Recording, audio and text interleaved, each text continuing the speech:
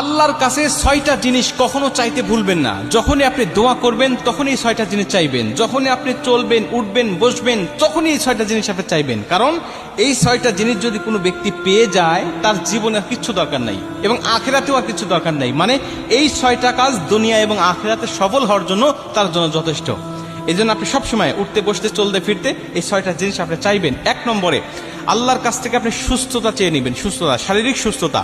শারীরিক সুস্থতা যে কত বড় নিয়ামত, এটা মানুষ অসুস্থ না হলে বোঝে না। মুসা আলাইহিস সালাম একবার আল্লাহকে জিজ্ঞাসা করেছিলেন, আল্লাহ, আমি যদি আল্লাহ হতাম আর তুমি যদি মুসা হতে, কি চাইতে বলো?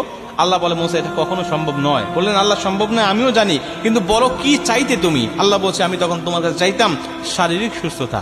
মুসা আলাইহিস সালাম বলছে, আল্লাহ, আমি তাহলে তোমার কাছে শারীরিক সুস্থতা চাই, কারণ কি চাইতে হয়, কি উত্তম চাওয়া, এটা আমি জানতাম না। এখন তোমার কাছ থেকে আমি কায়দা করে শিখে নিলাম। আল্লাহ, তুমি আমাকে শারীরিক সুস্থতা দান করো, এটা আল্লাহর কাছ থেকে চেয়ে নিতে হয়। আপনি চাইবেন আল্লাহর কাছে শারীরিক সুস্থতা। 2 নম্বরে হালাল রিজিক আপনি চেয়ে নেবেন। হালাল রিজিক মানুষের জীবনের জন্য কত বড় উপকারী। নবীজি বলছে, যারা হালাল রিজিক থাকে তার ইবাদত আল্লাহর দরবারে কবুল হয়, কিন্তু যার হারাম রিজিক বা হারাম ইনকাম যার মধ্যে আছে, হারাম মাল যারা ভক্ষণ করে, এদের কোনো ইবাদত আল্লাহর দরবারে কবুল হয় না। আর হালাল রিজিক দুনিয়াতেও মানুষকে সুখময়, শান্তিময় জীবন দেয় এবং পরকালেও আল্লাহ পাকের জান্নাত ছেয়ে পেয়ে যায়। এজন্য হালাল রিজিক ইনকাম করার চেষ্টা করতে হবে এবং আল্লাহর কাছ থেকে চেয়ে নিতে হবে। এটা হলো 2 নম্বর। 3 নম্বরে একটা নিরাপদ বাসস্থান আল্লাহর কাছ থেকে চেয়ে নিবে। নিরাপদ বাসস্থান কেন বলছি?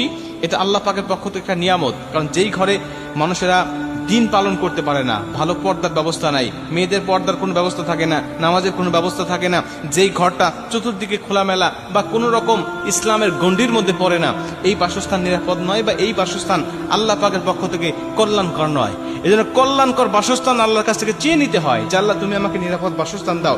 কারণ দুনিয়াতে থাকতে গেলে, দুনিয়াতে চলতে গেলে একটা নিরাপদ বাসস্থান মানুষের মৌলিক চাহিদার মধ্যে পড়ে এবং এটা খুব প্রয়োজনীয় একটা বিষয়। 4 নম্বরে নেককার স্বামী অথবা স্ত্রী। সে যদি মেয়ে হয় তাহলে নেককার স্বামী চেয়ে নিবে।